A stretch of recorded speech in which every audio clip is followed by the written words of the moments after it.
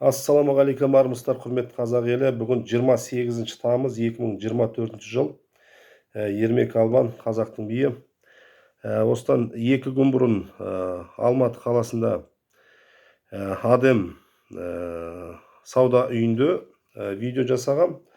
Ол видео жасау себебім әлеуметтік желілерде Жан Ахмадиев бауырымыздың таратылған видеосы болды. Ол жерде Дуңған қазақтарды ұрып жатыр деген видео шыққан. Ол жерде сол видеоны көрген көптеген қазақтың жігіттері дұрыс түсінбей біраз ұлтаралық қақтығысқа бара сақтады.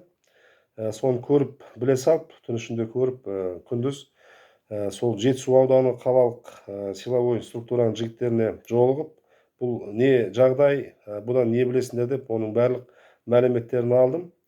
Сөйтіп барып Адемнің сол жерде басшысы болып отқан Рашид деген жігітпен барып кездестім. Сол жерде бірінші кездесуім. Алдында сұрақтарым қойдым, біраз сұрақтарыма түгелдей жауап берді. Оны бірге барған сол жерде силовой структураның жігіттері де түгелдей дәлелдеп берді, айтқан сөзінің бәрін. Содан кейін барып халық көтеріліп, ана жерде ұлтаралық қақтығыс болмасын деп 4 сұрақ қойып, сол сұраққа жауап беріп, сол видеоны жібердім.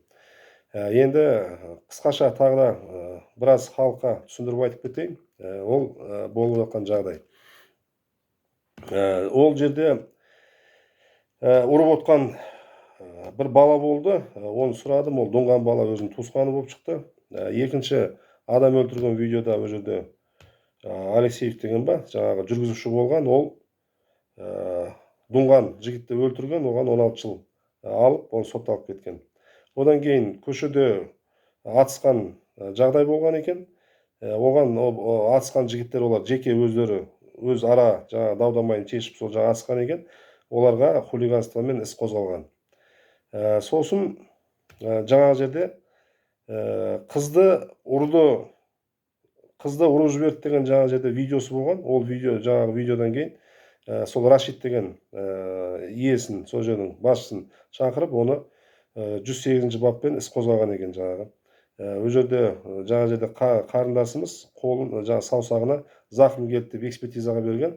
Сол экспертиза шыққаннан кейін сол жерде шешімдер ары қаратай сотқа кетсе, сот шешімін шығарады. Сол үшін қазір бәрі заң түрінде қаралып жатыр.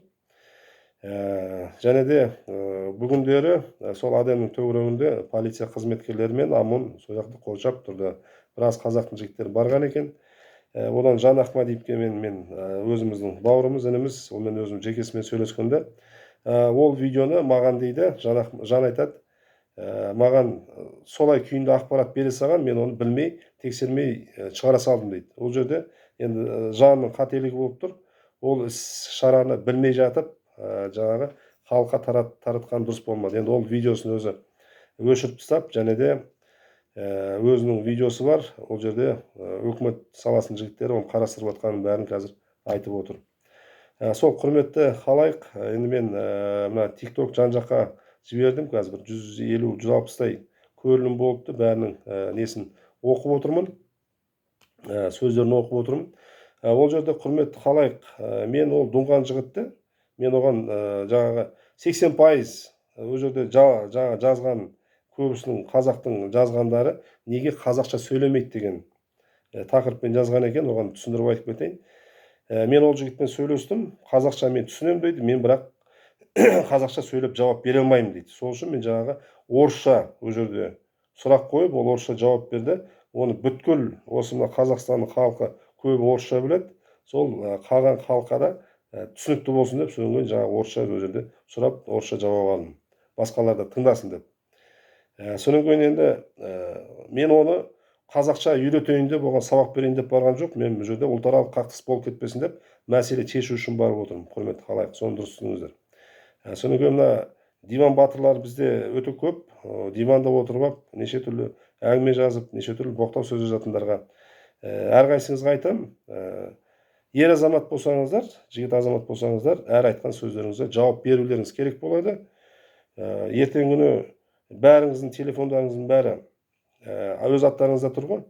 Тауып барған кезде өз сөздеріңізге жауап бере алмасаңыздар, заң жүзінде де ол айыппұлдар бар. Жігітше сөйлесек те жігітше де жауап бере алмай қаласыздар. Дін жөнінен алсақ та, білмей жатып, мән жайды білмей жатып, артынан сөйлеу ол дұрыс емес болады. Ол дүниеде де одан сұрақ жауап болады. Сол үшін құрметті жазып жатқан халайық, бірінші мәселе ол жерде ұлтаралық қақтығыс болмасын деп барып отырмыз. Ұлтаралық қақтығыс ол аяғы өте үлкен жамандыққа апарады. Масанчиде өздеріңіз білесіздер, доңғандар мен қазақтар арасында қақтығыс болды, провокациялық іс-әрекеттер болды. Түнімен бізге дерге хабарласып, біраз жігіттер бүткіл осы қазақтың жігіттерін жан жақтан ертіп барды. Біз енді таңертең барайық деп едік, бой бермей сол жаңағы кешкісін 150 адамдай жаңағы 30 машинамен шықтық, бірақ жол жөнекей бізді ұстап, таң атқанша ұстап отырды. Бірақ сол жерге кіріп кеткен жігіттердің 50-і қамалып, 50-і сотталып, бір жігіт қайтыс болды. Одан кейін қанша жігіттің, қанша қазақтың ол жерде машинасы өртенді, қанша үйлер өртеніп кетті. Сол жаңағы қаңылтыр кеуделерін соғып жүрген қазақтарға айтарым, сол сотталып жатқан қазақтардың қайсына сіздер көмектесіп жатсыздар, қайсының үйіне көмектесіп жатсыздар, түрмеге қайсыңыз тамақтарын тасып жатсыздар. Сол үшін өтірік патриот болмай, өтірік ана қаңылтыр кеуделерін соғудың керегі жоқ, ашығын айтам. Ал енді қазақ тіл мәселесіне келетін болсақ, бірінші өзіміздің ана осы Алматыда жүрсек, 30% қазақтар бір-бірімен орысша сөйлесетін шығар, енді одан көп болмаса. Сол бірінші сол 30% қазағымызды түзеп алайық. Өз 30% қазағымыз қазақша үйретіп, ана балаларын да, немерелерін де қазақша үйретіп барып, содан кейін басқа ұлтқа әңгіме айтсақ болады, қазақша сөйледіп. Сол. Енді бұл жағдай қазір өкімет саласының азаматтары қазір қарастырып жатыр.